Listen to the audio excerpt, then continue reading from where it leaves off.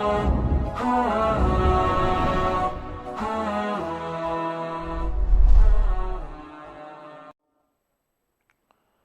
الله الرحمن الرحيم. الحمد لله رب العالمين، والصلاة والسلام على نبينا محمد وعلى آله وصحبه أجمعين. مشاهدي الأكارم، السلام الله عليكم ورحمته وبركاته. تشاهدون على الشاشة حديث في صحيح البخاري معلقا. قال الإمام مالك رحمه الله تعالى: أخبرني زيد بن أسلم أن عطاء بن يسار أخبره أن أبا سعيد الخدري أخبره أنه سمع رسول الله صلى الله عليه وسلم يقول: إذا أسلم العبد فحسن إسلامه يكفر الله عنه كل سيئة كان زلفها، وكان بعد ذلك القصاص الحسنة ب10 أمثالها إلى 700 ضعف، والسيئة بمثلها إلى أن يتجاوز الله عنها. كذلك أخرج الإمام البخاري كما تشاهدون في الشاشة، ولا أدري كنترول لماذا لا يأتي في الشاشة.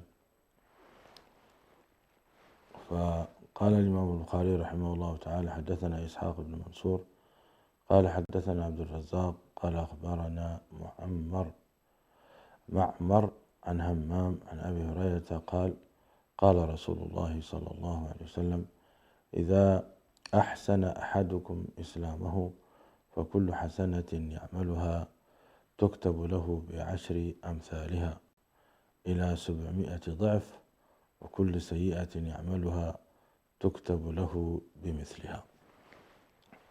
هذا الحديث أورده الإمام البخاري في كتاب الإيمان، باب حسن إسلام المرء، باب حسن إسلام المرء.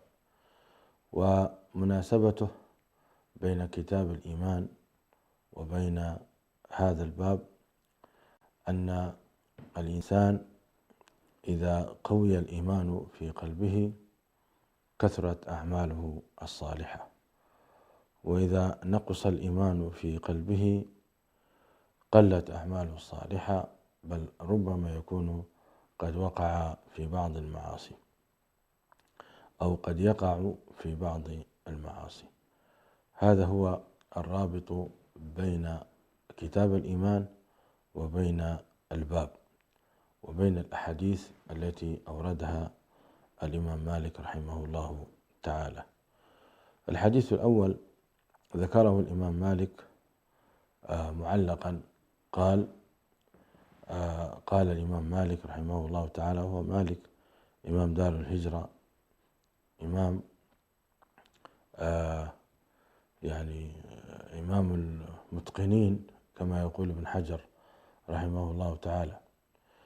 قال: أخبرني زيد بن أسلم أن عطاء بن يسار أخبره أن أبا سعيد الخدري رضي الله تعالى عنه وأرضاه، وذكر هذا الحديث. وهذا الحديث يتكلم مجملا عن الأعمال السيئة والأعمال الحسنة، عن الحسنات التي يقدمها الإنسان والسيئات التي يرتكبها. ومن رحمة الله سبحانه وتعالى ومن فضل الله سبحانه وتعالى على عباده أنه يحسب الحسنة التي يقدمها ب10 حسنات، وإذا فعل سيئة فإنها تكتب له سيئة واحدة. قال سبحانه: من جاء بالحسنة فله 10 أمثالها، ومن جاء بالسيئة فلا يجزى إلا مثلها. وتكرر هذا المعنى في سورة النمل وفي سورة القصص أيضا، وهو يؤكد أن الله سبحانه وتعالى إذا جاز العبد فإنه يجازيه بخير ما قدم، كما في كثير من الآيات تتكرر أو يتكرر قوله تعالى ويزيدهم من فضله، فهذه هي الزيادة. وهنا العلماء يتحدثون في هذا الباب عن عمل الإنسان إذا كان مسلما، أما إذا كان كافرا فهل عمله يقبل؟ كلام كثير حول هذا، وخلاصته إذا كان الكافر يعمل أعمالا صالحة طيبة ثم أسلم، فإن الله تعالى يكتب له تلك الأعمال الطيبة التي كان يعملها. ودليل ذلك حديث أن النبي صلى الله عليه وسلم حينما جاءته جويرية تذكر ما كان يعمل أبوها من الأعمال الحسنة، قال لو كان أبوك مسلما لترحمنا عليه. إذن هذه الأعمال التي كان يعملها والدها لو دخل في الإسلام لكتبت له الحسنة. كذلك من الأدلة أيضا التي تدل على أن المشركين مخاطبين بفروع الشريعة في قوله تعالى ما سلككم في سقر قالوا لم نكن من المصلين ولم نكن نطعم المسكين وكنا نخوض مع الخائضين. فهنا كما أنهم مطالبون يعذبون يوم القيامة على أن لم يصلوا ولم يزكوا ولم يصوموا ولم يحجوا، فكذلك إذا فعلوا الخيرات فإن الإسلام يكتب لهم حسناتهم ويجازيهم الله عز وجل عليها. إذن خلاصة هذا الحديث أن العمل الصالح الذي يعني ينبعث من الإيمان فإنه بلا شك يكتب للإنسان الحسنة ب10 أمثالها، وقد يضاعف الله سبحانه وتعالى للعبد إلى أضعاف كثيرة، يكتب له الحسنة ب10 أمثالها، وقد تزيد الحسنة إلى 700 ضعف، بل إلى أضعاف كثيرة. والله أعلم سبب ذلك، هل هو محض فضل الله سبحانه وتعالى أن الله يضاعف لمن يشاء بمنه وكرمه، أو بحسب قوة إيمان الشخص وقوة إخلاصه وصدقه مع الله سبحانه وتعالى، وبالتالي يكون الأجر ويكون الثواب. فمن هنا كان على العبد المسلم أن يجتهد في تقديم العمل الصالح بإخلاص وصدق وخضوع وإتقان حتى يقبل عند الله سبحانه وتعالى. فليس مثلا من يصلي ركعتين بخشوعها وبأركانها وواجباتها وطمأنينتها كمن ينقرها نقرا ويؤدي الواجب فحسب ثم ينصرف، فلا شك هذا غير هذا. وكذلك الذي يحج فلم يرفث ولم يفسق، حافظ على حجه وحافظ على الصلوات والفرائض والسنن، وخرج من حجه ولم يرتكب إلا اللمم، فهذا لا شك ليس كمن دخل في الجدال والرفث وشرب الدخان واغتاب وارتكب الذنوب المعاصي وقصر في أداء صلاته، فقد يسقط عنه الواجب أو الركن، لكن حسناته ليست كحسنات ذلك الأول. وهكذا قس على هذا في كل الأعمال الصالحة. فيعني وجماع ذلك الصدق واليقين والإقبال والإنابة إلى الله سبحانه وتعالى.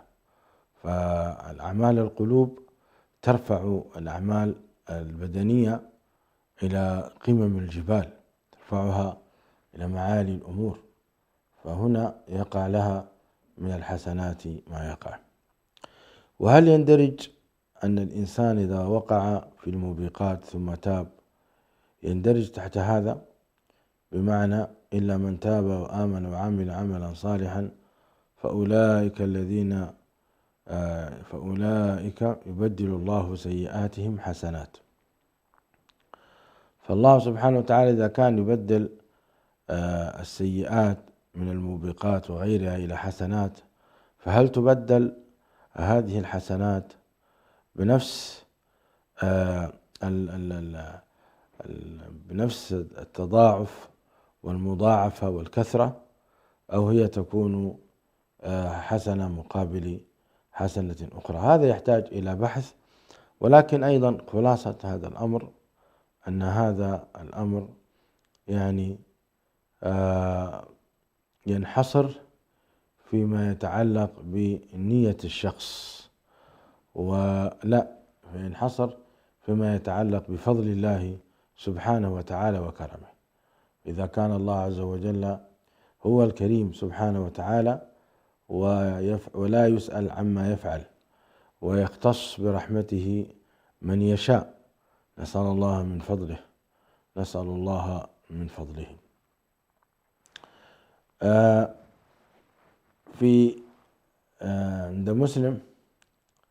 عند مسلم حديث من حديث أبي هريرة رضي الله تعالى عنه أكثر تفصيلا، يجدر بنا أن نقرأها هنا كي تتضح لنا الفرصة وكي تتضح لنا المسألة بشكل أعمق.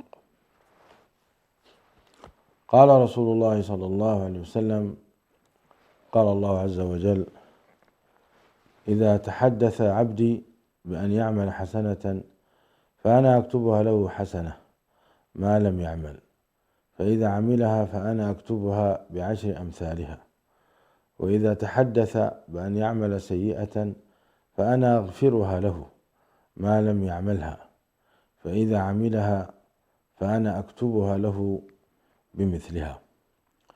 وقال رسول الله صلى الله عليه وسلم: قالت الملائكة: ربي ذاك عبدك يريد أن يعمل سيئة وهو أبصر به، فقال: ارقبوه، فإن عملها فاكتبوها له بمثلها، وإن تركها فاكتبوها له حسنة إنما تركها من جراي.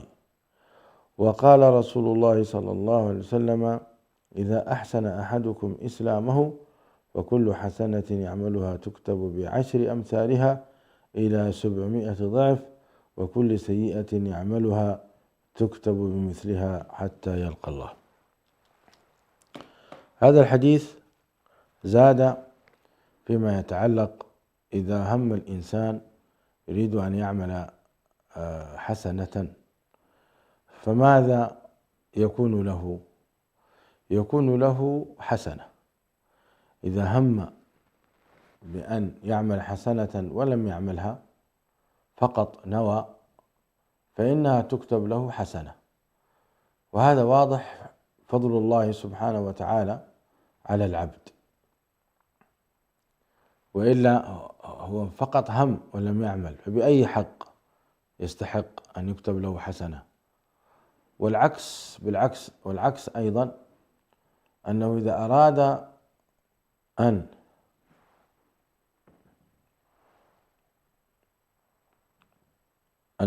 أراد أن يعمل سيئة ثم لم يعملها فإن الله يكتب له حسنة. لماذا؟ هذا الرجل كان يريد أن يعمل سيئة، هذه المرأة كانت تريد أن تعمل سيئة، فترك السيئة لمجرد الترك يكتب له حسنة. وهذا أيضا من واسع فضل الله ورحمته على عباده، يريد الله بكم اليسر ولا يريد بكم العسر. فانظر إلى قضية إذا هم بالحسنة فإنها تكتب له حسنة واحدة، وإذا عملها فإنها تكتب له 10 حسنات، وقد تتضاعف إلى 700 ضعف. التضاعف هنا أيضا هل هو التضاعف مع مرور السنوات ومرور الأعمال، مرور الأزمان، أو هو التضاعف في حينها؟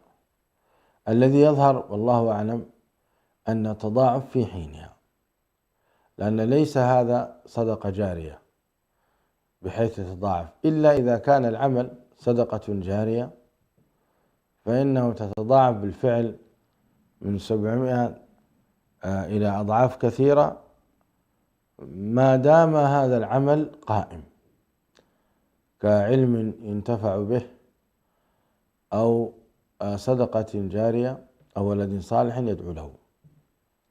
وكلما دعا الولد ودعاءه كان مخلصا فإن حسنات الميت تتضاعف.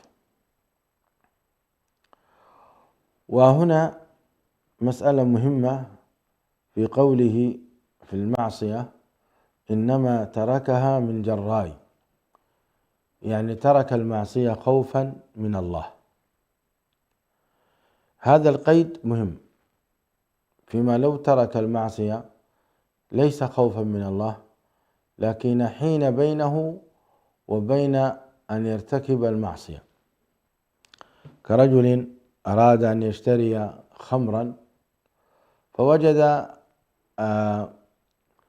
البار الذي يبيع الخمر مغلقا وليس هناك مكانا غيره، أو المكان الذي يكون غيره بعيد، فهل يكتب له حسنة أو لا؟ هنا أنا أقف أقول الله أعلم، لكن الغالب والله أعلم لا تكتب له حسنة، لأنه لو وجد المحل مفتوحا لاشترى ولشرب والعياذ بالله. وهكذا قس في كل الذنوب والمعاصي، من ترك المعصية خوفا من الله فإن الله عز وجل يأجره على ذلك. أما من حيل بينه وبين المعصية لقضاء وقدر فلا تكتب عليه معصية، كذلك لا تكتب له حسنة، والله أعلم. هذا هو مجمل وخلاصة درسنا اليوم. نسأل الله تعالى أن يتقبل منا ومنكم صالح الأعمال، وأن يوفقنا وإياكم للتسابق في الحسنات والحذر من السيئات. والإنسان عليه أن يسارع الزمن في عقد التوبة وتجديدها دوما، لأنه لا يخلو من معصية، وكذلك إذا كان صالحا لا يخلو من حسنة، فالحسنة يزينها ويتقنها بحيث تتضاعف له، والسيئة يستغفر منها دوما وأبدا. وهذا كله يعود إلى درجة الإيمان في قلبه. والإيمان تماما مثل محطات البنزين، السيارات لا تمشي إلا بالوقود، فإذا كان الوقود ممتلئا فإنك تطمئن وتستطيع أن تمشي بالسيارة مسافات طويلة، وإذا كان الوقود قليلا فإنك تخاف. وهكذا الأعمال الصالحة هي وقود الإنسان ووقود الإيمان. فلذلك الصحابة رضوان الله عليهم كانوا يكثرون من العمل، وهنا هو الرابط في درسنا هذا، بأن سيرته العطرة صلى الله عليه وسلم في الإقبال على الحسنات والبعد عن السيئات مليئة، وكذلك أصحابه، فإنهم كانوا يسارعون في الخيرات ويدعو الله عز وجل رغبا ورهبا، وإذا وقعوا في سيئة ببشريتهم فإنهم سرعان ما يتوبون منها ويستغفرون.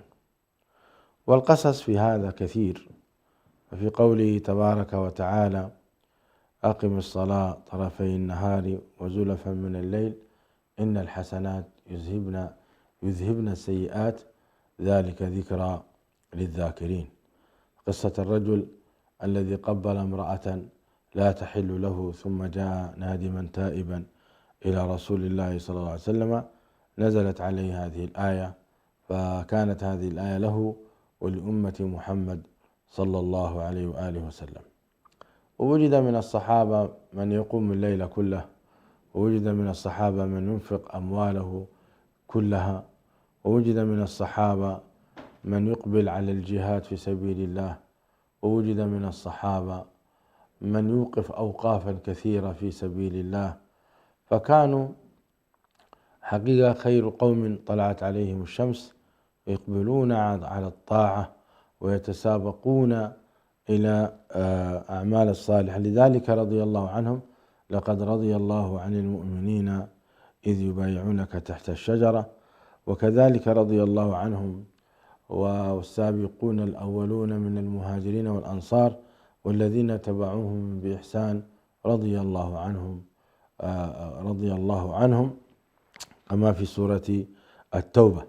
فنسأل الله تعالى أن نسير على منهجهم، وأن نجتهد في الاقتداء بهم، وقبل ذلك الاقتداء برسولنا الكريم محمد صلى الله عليه وسلم الذي كان يقوم الليل حتى تتفطر قدماه عليه الصلاة والسلام.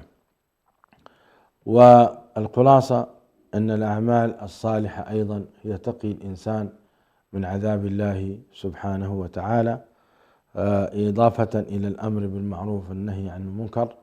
فكلما كان الإنسان قليل المعاصي وكثير الطاعة لا تنزل عليه العقوبة أبدا، بل يحميه الله سبحانه وتعالى. قال تعالى: إن تجتنبوا كبائر ما تنهون عنه نكفر عنكم سيئاتكم وندخلكم مدخلا كريما. لا يمكن الإنسان يعاقب وهو مقبل إلى الله سبحانه وتعالى بالطاعة وبعيد عن المعصية، وإذا وقع في المعصية عاد إلى الطاعة وإلى الاستغفار. إن الذين اتقوا إذا مسهم طائف من الشيطان تذكروا فإذا هم مبصرون. وكذلك في قوله سبحانه وتعالى: والذين إذا فعلوا فاحشة أو ظلموا أنفسهم ذكروا الله فاستغفروا لذنوبهم. هكذا كان الصحابة. الإنسان غير معصوم من الخطأ ومن المعصية والذنوب، بل يقع في المعصية والذنوب، لكن أفضل الخطائين هم التوابون كما قال صلى الله عليه وسلم: سبحان ربك رب العزة عما يصفون وسلام على المرسلين والحمد لله رب العالمين، والسلام عليكم ورحمة الله وبركاته. على نهج الرسول لنا